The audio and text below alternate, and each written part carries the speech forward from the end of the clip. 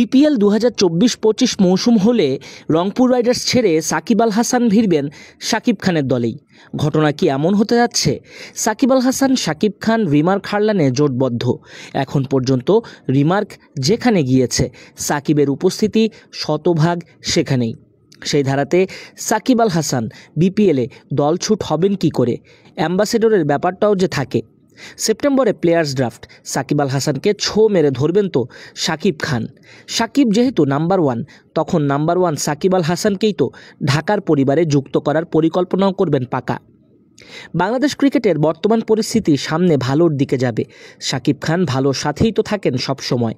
ভারতের শাহরুখের মতো বাংলা সুপারস্টার বেছে নিলেন বিপিএলে ঢাকাকে।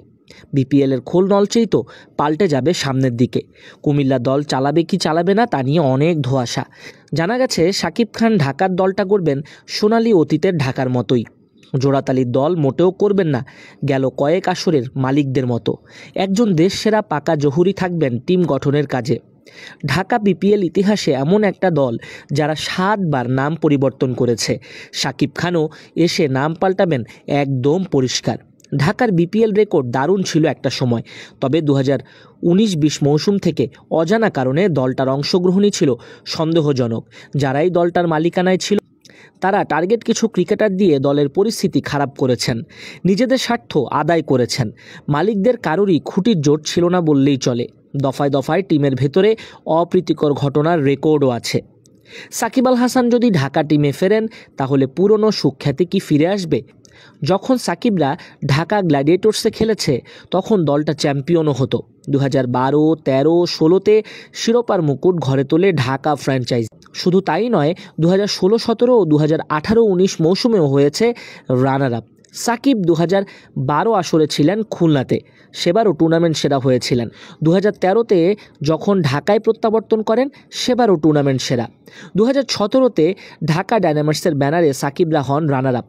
সাকিব নিজে সেরা উইকেট টেকার হন সেবার, 22টা উইকেট দখলে নিয়েছিলেন। 2018-19 মৌসুমে হন টুর্নামেন্ট সেরা। সব মিলিয়ে ঢাকা সাকিবের লাকি টিম। সময়ের অপেক্ষা শাকিব খান কতটা কৌশলে সাকিবকে বের করে আনেন রংপুর থেকে।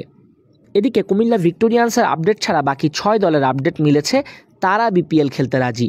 তবে বিপিএল আয়োজন করতে হলে পুনর্গঠন করতে হবে গভর্নিং কাউন্সিল, অর্থাৎ যারা পুরো বিপিএলটা পরিচালনা করে সেই কমিটিটা। কারণ ফ্র্যাঞ্চাইজি থাকলেও গভর্নিং কাউন্সিলের চেয়ারম্যান শেখ সোহেল ও সদস্য সচিব ইসমাইল হায়দার মল্লিকের খোঁজ পাওয়া যাচ্ছে না। 12 বছর ধরে তো তারাই বিপিএল চালাচ্ছেন, তারাই তো অভিভাবক। এমনকি নতুন ক্রীড়া উপদেষ্টা আসিফ মাহমুদের সাথে জালাল, আকরাম, সুজনরা দেখা করলেও দেশের সার্বিক পরিস্থিতিতে পরিচালক মল্লিক, সোহেল অনুপস্থিত ছিলেন। বিপিএল ফ্র্যাঞ্চাইজি ক্রিকেটের শুরুর দিককার টুর্নামেন্ট। সব লিগ বর্তমানে উন্নতি করলেও বিপিএল তলানিতে চলে যায়। বড় বড় প্রতিষ্ঠানগুলো রেভিনিউ শেয়ার মডেল না থাকায় আগ্রহ হারায়। সব মিলিয়ে বিসিবি পুনর্গঠন হলেই সত্যিকারের ইমেজ ফিরে পাবে বিপিএল। পরিকল্পনা অনুযায়ী আসন্ন বিপিএল মাঠে গড়াবে ডিসেম্বরের শেষ সপ্তাহ থেকে ফেব্রুয়ারির প্রথম সপ্তাহের মধ্যে।